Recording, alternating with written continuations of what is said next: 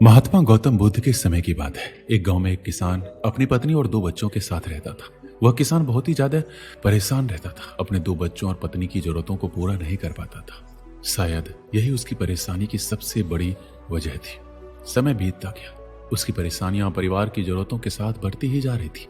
वह दिमाग से और मन से अब बहुत अशांत रहने लगा था। कहीं ना कहीं वह बहुत ज्यादा दुखी हो गया था, अपने परिवार की जरूरतों को नहीं पूरा करने की वजह से। एक दिन उसने फैसला लिया कि वह अपने घर को, अपने परिवार को, अपने बच्चों को छोड़कर कहीं दूर चला जाएगा। अंततः वह मनहूस दिन और काली रात आ गई, जिस दिन वह अपने परिवार को, अपने बच्चों को, अपनी पत्नी को छोड़कर कहीं दूर चला गया। वह किसान चलता ही गया, चलता ही गया। रात से सुबह हो गई, सुबह से दोपहर, दोपहर से शाम, शाम से फिर रात, फिर सुबह हो गई। उस किसान की मन की पीड़ा इतनी ज्यादा थी कि उसके पैरों के छाले और पैरों से बह रहे खून के आगे फीके पड़ गए थे। ना भूख की चिंता, ना प्यास की चाह, बस चलता ही गया, चलता ही गया। आखिरकार जंगल में चलते चलते उसका शरीर इतना ज्यादा थक गया कि वह एक नदी के किनारे जाकर वह गिर पड़ा। कुछ घंटों के बाद उस किसान को होश आया। वह बेचारा इतना ज्यादा प्यासा था कि तुरंत वह नदी के पास गया। जैसे ही वह पानी पीने के लिए हाथ पानी में डाला, उसे सामने नदी के उस पार कुछ लोगों का झुंड दिखाई दिया। उसने ध्यान से देखा तो उसे एक वृक्ष के नीचे महात्मा गौतम बुद्ध बैठे हुए नजर आए। वह तुरंत दौड़ के उनके पास गया और उनके पैरों पर गिरकर बोला, हे महात्मा, हे भगवान गौतम बुद्ध, मुझे अपनी शरण में ले लीजिए, मुझे अपना शिष्य बना लीजिए। महात्मा गौतम बुद्ध के शरण में आया कोई भी व्यक्ति खाली वापस नहीं जाता। ये किसान तो केवल उनका शिष्य बनना चाहता था। महात्मा बुद्ध ने उनकी मनोदशा को देखते हुए उसे अपना शिष्य बना लिया। महात्मा गौतम बुद्ध और उनके शिष्य वहां पर केवल विश्राम कर रहे थे। उनका विश्राम भी पूरा हो चुका था। वह किसान भी अब महात्मा गौतम बुद्ध जी का शिष्य बन चुका था। अब समय हो चला था कि आगे की यात्रा को पूरा करने की।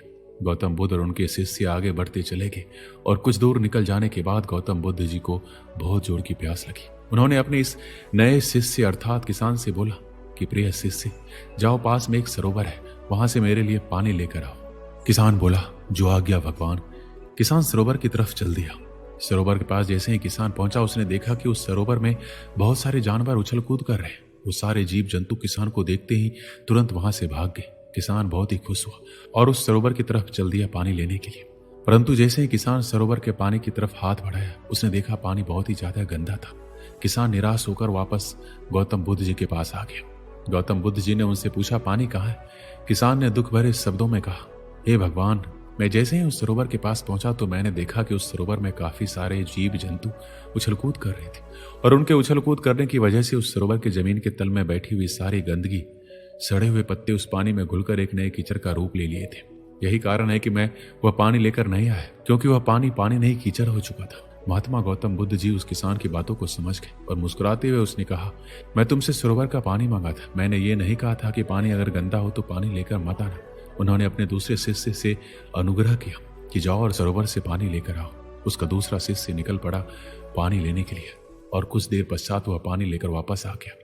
आश्चर्य की बात यह थी कि दूसरे शिष्य द्वारा लाया हुआ पानी बिल्कुल साफ था और उससे भी बड़ी असमंजस की बात यह थी कि सारे के सारे शिष्य बड़े ही आश्चर्यचकित हो गए कि यह करिश्मा कैसे हो सकता था, क्योंकि पहले शिष्य ने यह बताया कि पानी कीचड़ हो गया था। महात्मा गौतम बुद्ध ने सारे शिष्यों को बताया कि जब जीव जंतु पानी में उछल रहे थे, तब उस दौरान उस सरोवर के पानी के तल में बैठी हुई सारी गंदगी, सड़े हुए गले हुए पत्ते सब घुल मिलकर कीचड़ रूपी पानी का रूप ले लिए थे।